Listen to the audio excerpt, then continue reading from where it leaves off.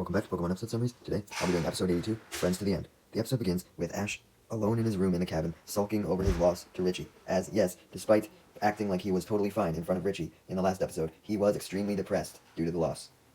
He's literally been sulking since the moment he entered the cabin, refusing to get out of bed. This obviously concerns Professor Oak, his mother, and Brock and Misty, and Misty proceeds to go in after saying that Ash should just be happy that he made it as far as he did. Like, what about all the trainers that lost in the fucking first round? Think about how they feel. Ash at least made it to, like, round 5.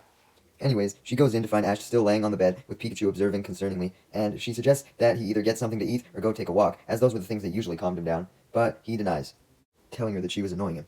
This proceeds to piss her off, as she states that she was trying her best to help him, and Ash was just being a little whiny prick. Which causes Ash to get mad, and the two of them start arguing about how good of a trainer Ash really was. Misty's like, "Damn, you suck, just admit it, bitch," and Ash is like, "No, I don't suck."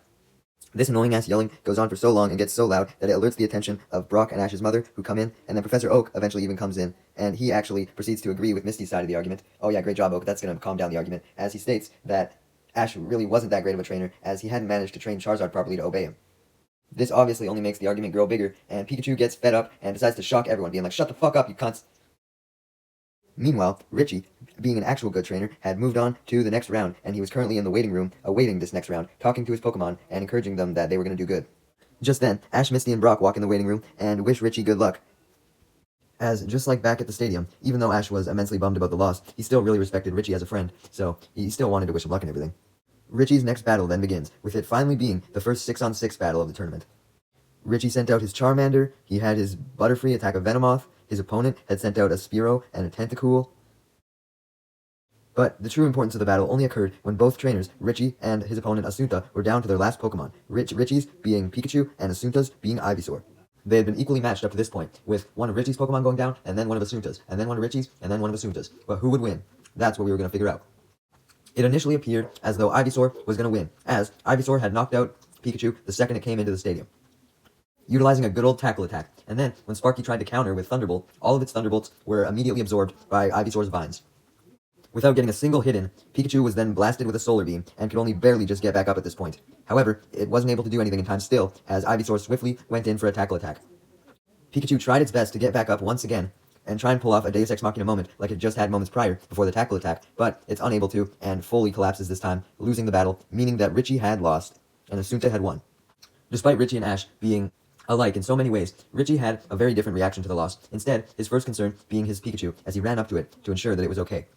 I think Ash and the gang were more upset at the loss than Richie was. And Ash certainly was upset, as he had been relying on Richie to win the whole league, as, you always want to be the person who loses to the person who wins the entire thing, as then you could argue that you were second best. Anyways, after the match, Richie was sitting by a lake with his Pikachu, and Ash had went up to him, thinking that Richie would have been as upset as he was, and going to talk to him about loss. When they let out their Pikachu to go play with each other and proceed to talk, though, it's revealed that Richie wasn't actually upset whatsoever, much to Ash's surprise. He actually stated the opposite, being that he was glad that he lost. He stated his reasoning for this was that the loss inspired him to train more, and gave him further goals to work towards. He then finished by saying that you couldn't blame anyone else for your loss other than yourself, as you were the one responsible for your own training. All of Richie's words caused Ash to realize that Misty was right all along, and he was being a whiny bitch. His loss was his fault and his alone, and he needed to just learn to move on and accept it and train for the next league. Reminding himself that no Pokemon Master would sit around moping all day. Speaking of a Pokemon Master, as Ash and Richie were about to depart, they made one more promise to each other. Not just to have the greatest battle of all time, no, but to both become Pokemon Masters. Hopefully they would achieve that goal. As Ash and Richie are about to depart for real this time, they then go to pick up their Pikachu, who were still playing, when their Pikachu fall into a hole that was, surprise surprise, dug by none other than Team Rocket. Great! Richie and Ash rush to the hole to save them, but in the process, they fall into a second hole. Great! Thanks, Team Rocket! Speaking of Team Rocket, they finally reveal themselves, with both Ash and Richie being captured, and laugh as they proceed to do their motto, bragging about how awesome hole traps were. Yeah, they're real awesome, totally not annoying at all. Ash instantly tries to escape the hole by climbing up, but when he does, he slips and falls, and this causes the ground to cave in, which makes them fall even deeper into the hole. Damn, Team Rocket claimed to love digging holes, and yet they couldn't even make a stable one. Great. With Ash and Richie stuck in the hole still, Team Rocket reveal their next plan to get Pikachu, which is a cage attached to a fishing pole. James proceeds to go up to both Pikachu's hole and dip the cage down into the hole and catch them in it, and then reel up the cage with the fishing rod. Both Pikachus attempt to escape the cage with a Thundershock, but, much like the mech that they made at the start of the league, this cage was electricity-proof, as James gloated, as he was the one who made it. Team Rocket had been successful this time, so they decide to make their exit, leaving Ash and Richie inside the hole, but Ash still had his Pokemon on him, so he calls out Pidgeotto and simply has him fly him up back to the surface, and Richie does the same thing by using his Butterfree. Ash then sends out Bulbasaur to try and retrieve the Pikachu's cage with its vines, but James simply moves the cage out of the way, making the vines miss their initial target. After doing this, James sends out his Weezing to use Smog, so he can blind Richie and Ash so that they can make their getaway, but this Smog attack only backfires on them, as Ash orders his Pidgeotto to use Gust, which sends the Smog right back on them, making them blinded. With Team Rocket blinded from the smoke, Ash takes the opportunity to have Bulbasaur use Razor Leaf on the cage, which breaks the Pikachus out of it. Let's go!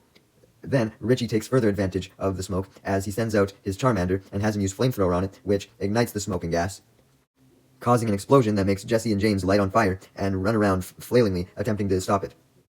Ash then sends out his Squirtle to immediately put out Team Rocket's fire. Why would he do this, you may ask, as it was obviously helping them? Well, it was because, prior to this, him and Richie had instructed both of their Pikachu, who were now free from the cage, to charge it up with electricity, which they were able to do, because the cage didn't just resist electricity, but absorbed it, and then throw the cage at the now wet Team Rocket. And with Team Rocket being wet and hit with electricity, you can imagine the shock that ensued, that sent them blasting off.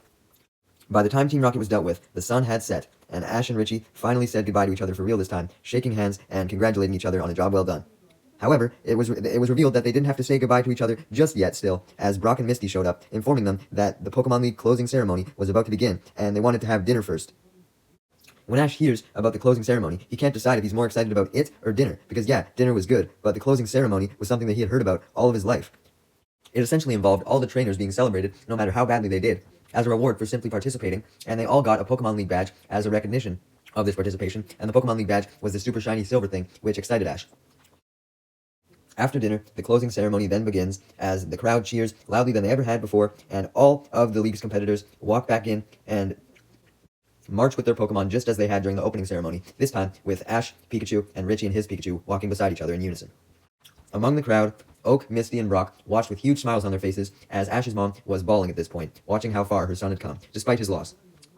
Mr. Goodshow then goes upon the stadium's center stage and instructs all the competitors to get in line so he can give them their Pokemon League badges. He eventually gives Ash his, as he looks at it in amazement. It was as beautiful as he expected. And he finally had proof that he had made it to the Pokemon League, which was a good enough achievement in and of itself.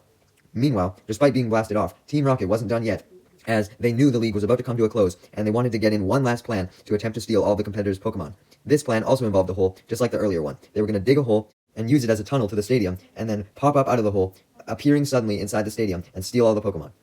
I have to say, even for Team Rocket, this was a shitty plan, as sure, you had a way to get into the stadium, but how are you going to steal Pokemon from the trainers once you were in the stadium? Like, they're all stronger than you. Anyways, as Team Rocket dug the hole, we are then shown, during the closing ceremony, the top 3 trainers of the league waving to the crowd, much to immense applause. Now, we're only shown the silhouettes of these trainers, so all we know of them is that 2 of them were male and 1 of them were female, and they were obviously incredibly strong if they were able to be stronger than Richie. They were definitely stronger than fucking Ash. After this, the lights dimmed, and Mr. Goodshow instructed everyone to look up at the sky, as fireworks then began, the closing act of the closing ceremony. Meowth hears the fireworks while digging underground, and declares that that means that they must have made it to the stadium, so he orders James and Jesse to start digging up, but immediately when they do, a firework falls through the hole, and Team Rocket barely has time to scream before the firework then goes off and launches them blasting off into the air, with the other fireworks still going on in the meantime. The closing ceremony then closes, no pun intended, as Ash, Richie, Brock, Misty, Professor Oak, Ash's mom, and all of their Pokemon, along with the entirety of the rest of the crowd, watch the fireworks in amazement. The next morning, Richie and Ash were alone watching the empty stadium as they reminisced over their past battles. They had let their Pikachu out to go sniffing around so that they too could recall all the spots that they battled. Both Pikachu swiftly returned to their owners though, as they hugged them, solidifying the crucial bonds that both pairs had. With that, Ash and Richie dap each other up and say goodbye, with Ash reminding Richie of their promise to become Pokemon Masters, giving each other a thumbs up as Richie walked off to return home. With Ash and Pikachu now being by themselves, this causes Ash to zone out as he remembers all of his memories that he had during this Pokemon League, such as when the flame was relit by Moltres, when Krabby evolved into Kingler and beat the Exeggutor, when Squirtle beat the Nidoran, when Bulbasaur beat the Beedrill, when Kingler beat the Golbat, and when Muck successfully beat the Bellsprout. He also didn't forget to remember his losses as well though, as Richie had advised him that losing was also important, as he remembered his loss against Richie. There's no way he could forget that. The episode and the league then officially end, as Ash looks at the stadium one more time as he hears Misty's voice approach, followed by Brock, Oak, and his mother, who had all come to inform him that it was time to return to Pallet Town. Ash made sure Pikachu was ready to go, and he confirmed with himself that he was, as he left the Pokemon League Stadium. And thus officially ends the first season and the Kanto arc of the Pokemon anime. Man, it's been a long journey, but we were finally officially done Kanto, guys. Now it's time for Season 2, the Orange Islands arc.